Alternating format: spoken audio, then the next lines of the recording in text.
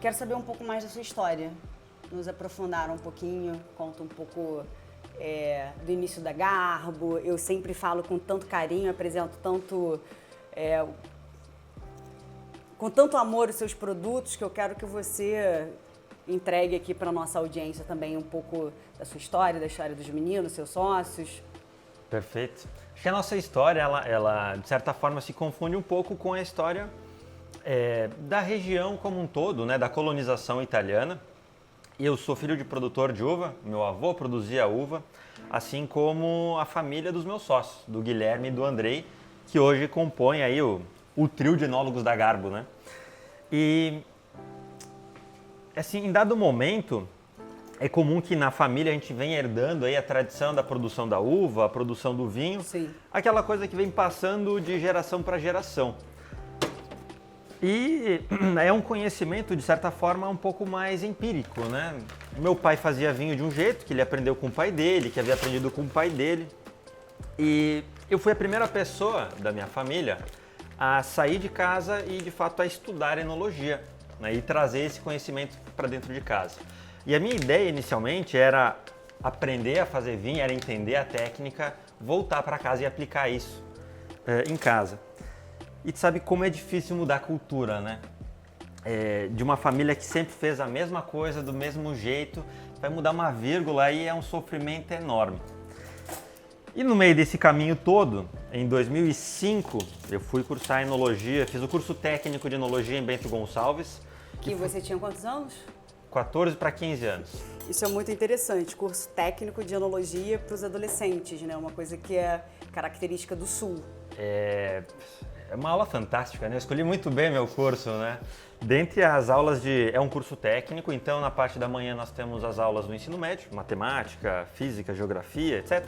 E na parte da tarde as aulas do curso técnico, que envolve biologia, fisiologia vegetal, química orgânica, fermentação, vinificação e análise sensorial, que era a parte mais divertida.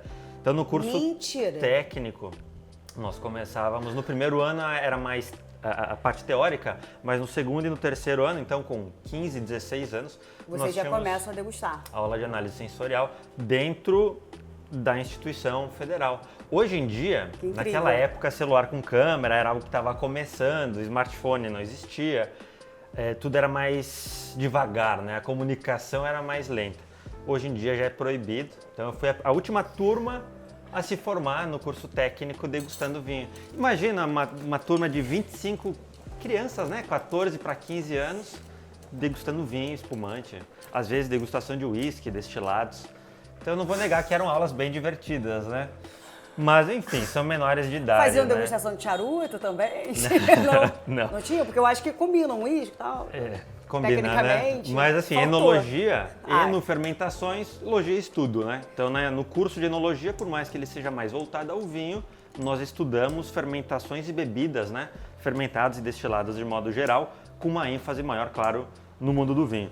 Que incrível. Passando o curso técnico, onde eu conheci pessoas incríveis que o mundo do vinho me proporcionou, dentre eles o Guilherme e o Andrei, que vieram a ser meus sócios no futuro.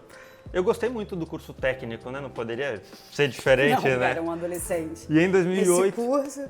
em 2008 nós ingressamos no curso superior. Então, além do curso técnico, em Bento Gonçalves tem uma faculdade, que foi o primeiro curso superior de enologia no Brasil. A primeira turma de enólogos no nível superior se formou em 98. Então, é um curso relativamente recente. Em 2008, então, entramos no curso superior. Finalizamos a faculdade, cada um seguiu a sua vida em vinícolas, né, no setor, mas sempre ficava aquele questionamento, porque numa empresa, Geni, tu acaba te adaptando, tu acaba te moldando à cultura daquela empresa, ao jeito de fazer. Completamente. Enfim, mas sempre ficavam algumas dúvidas, né, ou na verdade alguns questionamentos do tipo, e se eu fizer assim? E se eu mudar essa temperatura? E se eu misturar diferente? Esses questionamentos, eles nos fizeram, lá em 2015, alguns anos já depois de sair da faculdade, a nos reunir. E porque do Guilherme e do Andrei, né, são grandes amigos, praticamente uma família, né, que o mundo do vinho me deu. O Guilherme, inclusive, morou comigo, a escola era um internato. Então o Guilherme tinha saído de Lajeado, eu de Veranópolis, o Andrei era de Bento, então ele não morava no internato, mas nós moramos juntos por muito tempo. Isso criou laços aí muito fortes. Legal. Além, claro, da compatibilidade do vinho, né? Quando nas nossas confrarias, aí a gente está falando de 15, 20 pessoas, quando nós degustamos algum vinho e algum vinho acaba sendo mais divergente, assim, algumas pessoas gostam, outras não, eu olhava para o Guilherme, olhava para o Andrei, as nossas notas eram sempre muito parecidas. Então o nosso estilo, a nossa forma de ver o vinho é muito próxima. Isso facilita numa sociedade, né? Então lá em 2015 nós compramos alguns quilos de uva, levamos até uma vinícola, que era Dom Giovanni. Na época o enólogo responsável, ele havia sido nosso colega, o Maciel. Ele abriu um espaço da vinícola, reservou pra gente e lá nós fizemos o nosso primeiro vinho, em 2015. A gente gostou da brincadeira. Em 2016 a gente começou a vinificar uvas de regiões diferentes. Em 2017 a nossa produção cresceu um pouquinho mais, assim foi em 2018, 2019. Em 2020 a gente já tinha bastante coisa produzida nesse caminho meio que laboratorial, experimental, né, de testar coisas diferentes. Só que a gente já tinha muita coisa produzida. Nós então abrimos um wine bar, isso foi no auge da pandemia, ali em outubro de 2020. Muito corajosos, né? Um pouco malucos também, né? Vocês abriram o wine bar então em 2020? 2020. Exato. Embora a vinícola exista desde 2015, né? A produção de vinho na Garbo existe desde 2015. É aí que a gente passa a contar o marco, né? O surgimento da Garbo foi em 2015, foi nossa primeira safra. Vocês começaram a fazer e comercializar a partir daí, com a marca, vocês já estavam comercializando, desde essas 1.400 garrafas que foram o primeiro lote. Comercializando assim, família, pai, tio, amigos, né? De forma informal. Legal. Mas o vinho, ele, querendo ou não, dentro desse segmento, a gente tem algumas particularidades ali no mundo do vinho e uma delas é o tempo para o processo acontecer, né? O vinho, a elaboração do vinho, ela exige, dentre muitas outras coisas, paciência. Né? E tem coisas que só o tempo pode entregar, não adianta, tem que esperar. Então, esses vinhos que foram elaborados desde 2015, eles passaram a ser comercializados oficialmente em 2020. Né? Afinal, a gente tem ali maturação em barrica, maturação em garrafa, tudo isso para acontecer antes do vinho de fato virar uma garrafa que vai parar na mesa de alguém, né? Então o processo começou... eles já foram todos vendidos? Os lá de 2015, sim. Ainda tem uma garrafa, foi um espumante que nós chamamos de primogênito, nosso primeiro filho, né? Legal. Então algumas garrafas históricas ainda são guardadas dentro do nosso acervo, mas comercialmente, né? Esse espumante não existe mais. Mas então em 2020 a gente passou a existir enquanto marca, né? Abrimos o nosso wine bar. O negócio foi crescendo, foi prosperando. Amém. A gente acabou recebendo visitas lá de proprietários de restaurantes, de hotéis que simpatizaram com a marca e, além de degustar e comprar ali para o seu consumo, começaram a nos perguntar sobre a possibilidade de trabalhar com os nossos vinhos nos seus negócios. Legal. E assim a Garbo foi crescendo, foi ganhando espaço. E eu costumo falar que a gente não vendia vinho, a gente não fazia essa força para vender, a gente era comprado, né? É um trabalho diferente. Então, de uma forma orgânica, né? Até por conta da produção, a gente está falando de um volume de garrafas que não é tão expressivo assim na época, mas foi crescendo de forma orgânica, de forma espontânea, né? Muito bacana, né? Porque, até só uma observação, a ONU, ela tem o Empretec, você já ouviu falar? Sim. Eles catalogaram qualidades e empreendedoras, fizeram um estudo em mais de tantos países e catalogaram habilidades que empreendedores têm que fazem o sucesso acontecer ao redor do mundo. E uma delas é validar, né? Então, de alguma maneira, vocês validaram, vocês fizeram como se fosse um protótipo, né? E validaram no mercado. Muito bom, muito bom. Começaram com segurança, com o pé no chão, né? Exato. Legal. E isso deu base para o negócio ir crescendo de forma mais orgânica, né?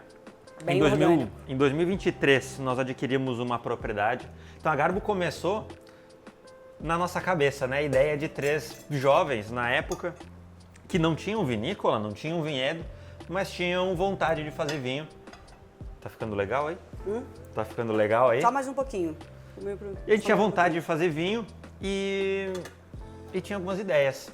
Nós começamos assim, em 2023, nós adquirimos uma propriedade em Pinto Bandeira e em 2024 começamos o plantio dos nossos próprios vinhedos. A empresa crescendo, né? Muito bom. A empresa crescendo e o comercial demandando, né? O mercado demandando esses vinhos. E claro, tudo de forma orgânica, né? Para não perder aquela essência de quando nós começamos, né? De ter um apreço, um cuidado, um zelo por todos os vinhos que nós produzimos, né? Independente da quantidade ou, enfim, do volume de cada lote, né? Aos poucos nós fomos incrementando a produção e ano passado E muito uma coisa por demanda, né? Vocês foram crescendo por demanda. Primeiro acontece a demanda e vocês vão se adaptando, né? Exato.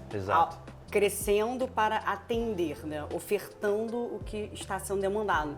Excelente. Porque o contrário é perigoso, né? A partir do momento que tu tem uma indústria, está Sim. produzindo e tu precisa vender, Precisa escoar aquele produto, né? aí tu corre o risco de eventualmente cair num negócio que não é tão legal, né? De ter que vender por obrigação para fazer a máquina continuar girando. E no nosso caso foi o contrário, né? Claro que tudo aconteceu numa época que foi muito benéfica para o vinho, né? Durante a pandemia as pessoas passaram a ficar mais tempo em casa, consumiram mais vinho, né? Eu cheguei a me assustar alguns dias que a gente ficava a semana inteira trancado dentro de casa e quando ia levar para baixo as garrafas de vinho, a gente tinha noção do quanto tinha consumido na semana, né? Mas voltando à nossa história, em 2024 então fizemos o plantio, começamos no dia 7 de setembro, uma data que ficou marcada, um feriado, a gente plantou a nossa primeira videira lá em Pinto Bandeira. Eu acompanhei pelas redes sociais, eu vi. Enfim, para a gente foi um momento muito marcante, né? Foi o início de um passo, né? Início de um passo, até porque as pessoas que são um pouquinho mais entendidas no mundo do vinho, a gente já conversou sobre isso, o cuidado que vocês têm ao selecionar o fornecedor de vinho, melhor dizendo, o fornecedor de uva para vocês, o cuidado, o carinho que vocês têm de ir visitar, ver de perto essa uva, saber se está na qualidade que vocês, né, querem. Mas uma das perguntas que acaba sendo feita para o cliente que tem um pouquinho, para o bebedor que tem um pouquinho mais de conhecimento é: eles têm vinhedos próprios? Essa é uma questão, né? Para uma vinícola é uma questão. Acaba... Não que eu tenho certeza que vai ter tanta qualidade quanto, porque vocês buscam essa qualidade, mesmo com o fornecedor. E existe fornecedor de boas uvas, de uvas de alta qualidade. Não é só aquele cara que vai produzir a granel para uma cooperativa, né? Tem um cara também que direciona para um produto de qualidade. É bacana a gente pontuar isso também, porque na cabeça de muitas pessoas, você comprar a uva de um fornecedor, de alguma maneira, tira a qualidade do seu vinho, quando na verdade não. Exato. Você pode conseguir bons produtos. É que na imagem, né, que a gente cria na nossa cabeça do conceito de vinícola é uma unidade de produção, vinhedos ao redor e o vinho sendo produzido aí. Exatamente. Né? E é claro que o fato de termos vinhedos próprios, né, isso ajuda a chancelar todo o projeto, né? Chancelar é a palavra. Acho que sim, né? Uhum. Mandei bem. Muito. Mas, Parabéns. de toda forma, o trabalho que a gente faz junto aos nossos parceiros, né, fornecedores de uva, ele é fundamental para que a gente consiga garantir uma entrega da matéria-prima à altura para cada um dos vinhos que a gente vai elaborar, né? Então, todo ano nós acompanhamos com visitas a esses diversos fornecedores. E o que é legal também, porque em cada região do Rio Grande do Sul, em cada microclima ali, em cada relevo, nós temos o que a gente chama de terroir, né? Então, ao passo de que quando a gente busca uvas de regiões diferentes, nós acabamos entregando nos nossos vinhos personalidades distintas. Então, a cada rótulo é uma nova história, um novo conceito, é um novo vinho que está nascendo, que tem um propósito diferente. Gostou desse corte? Papo incrível, né? Então já segue o canal, dá uma olhada no episódio completo que tá incrível. E de onde saiu esse, tem muito mais. Vários episódios maravilhosos. Eu tô te esperando numa mesa com o Genir.